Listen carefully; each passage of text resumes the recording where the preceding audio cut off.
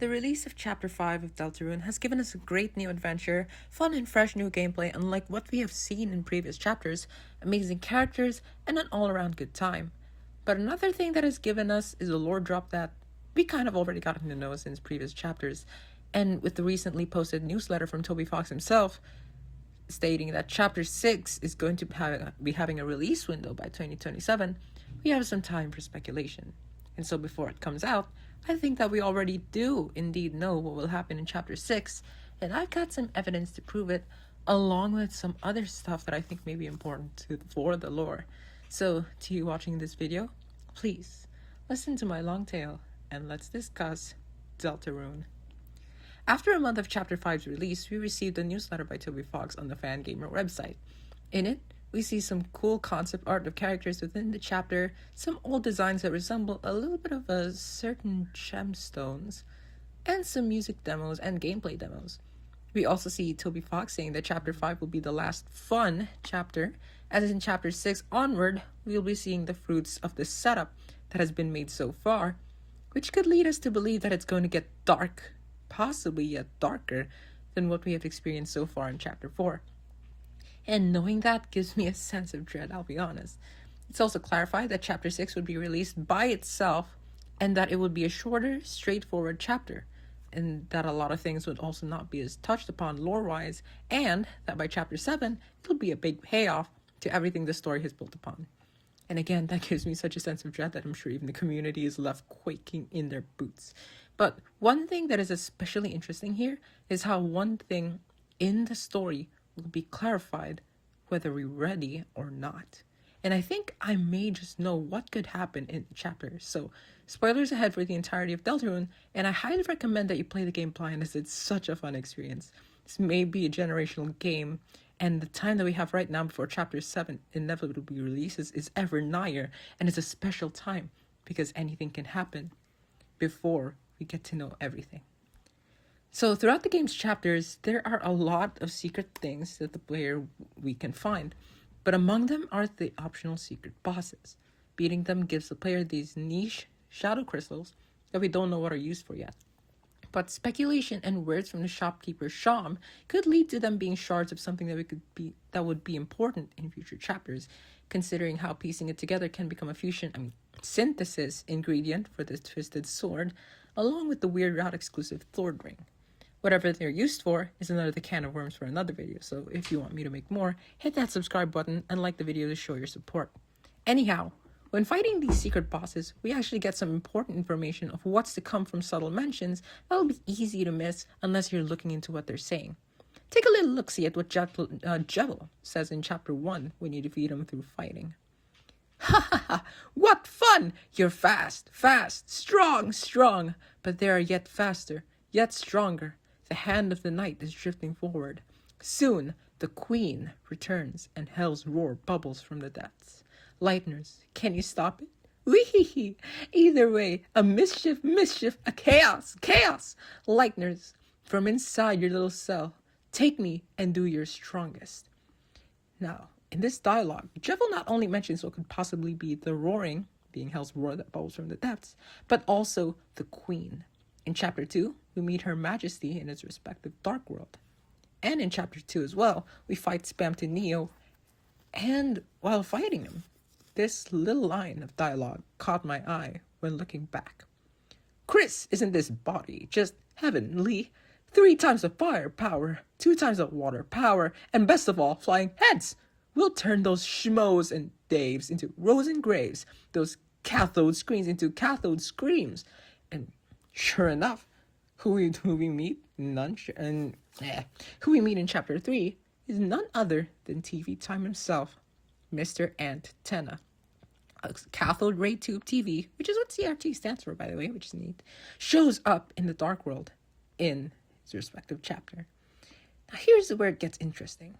In Chapter 3, there isn't really a secret boss per se, but definitely one that is optional. In Chapter 3, we actually get the Shadow Crystal from none other than the antagonist, the Roaring Knight itself.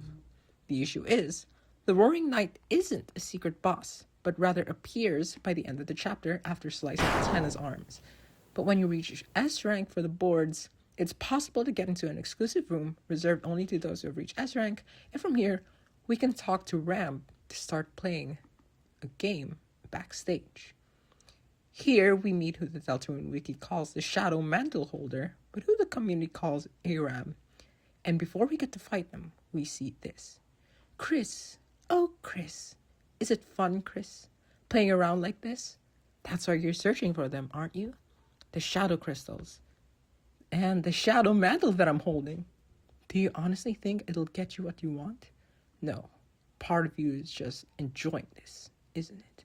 And depending on if the player has done the weird route or not, there's some dialogue options, but as someone who's yet to experience it fully blind, aside from the huge spoilers, I want to still think that it doesn't exist, despite having the sword route in my playthrough. And continuing on, oh, don't make that sour face. I can see in the dark, you know. The question is, can't you? And in Chapter 4, you wouldn't know it, we get to meet Jackenstein in none other than the Dark Zone, in which we use our own soul's light to see through the darkness, and also use against the Titan spawns to seal the Titan. By this point, you might be catching on what I'm getting at. And in Chapter 4, after doing some puzzles that leads to the room behind Gerson in his study, there lies a weapon which we can earn along with a shadow crystal. In it, we are left out of the battle, leaving Susie alone, but with our help to fight the Hammer of Justice, who is Gerson but armored and ready to fight. While battling, he talks about the book based on the prophecy, The Lord of the Hammer, where each chapter of the book describes all the adventures of the squad has gone through up until this point, as well as hinting on Chapter 5 and Chapter 6. And here's the dialogue. Chapter 5, The Field of Pink and Gold. The vast garden is charred in an inferno of jealousy. What happens next? Who knows? There was only one chapter, and after that, it all stopped. Which is a huge bombshell when you take in how Chapter 6 may be the chapter that is last for our fun gang and their adventures. But of course, just as he said, Chapter 5 is the Field of Pink and Gold. And in Chapter 5, we get to see colored flowers as well as golden wheat fields. And the bosses we fight are colored after pink and gold.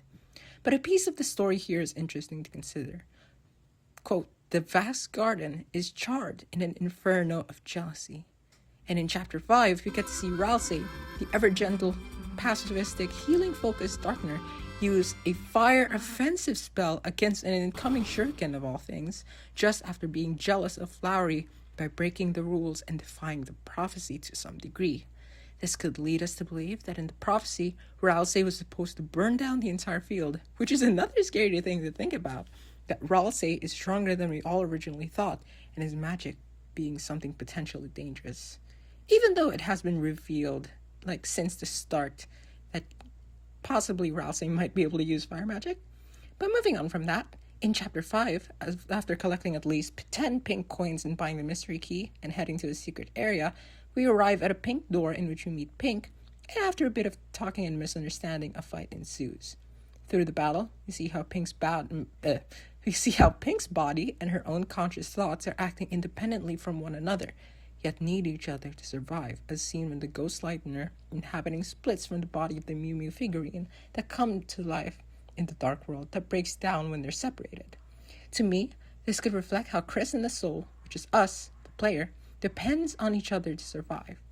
And judging by how the dialogue of the optional or secret bosses in the game have hinted at future chapters so far, leads me to believe that in Chapter 6, the thing that gets clarified is whether or not Chris's soul is their own.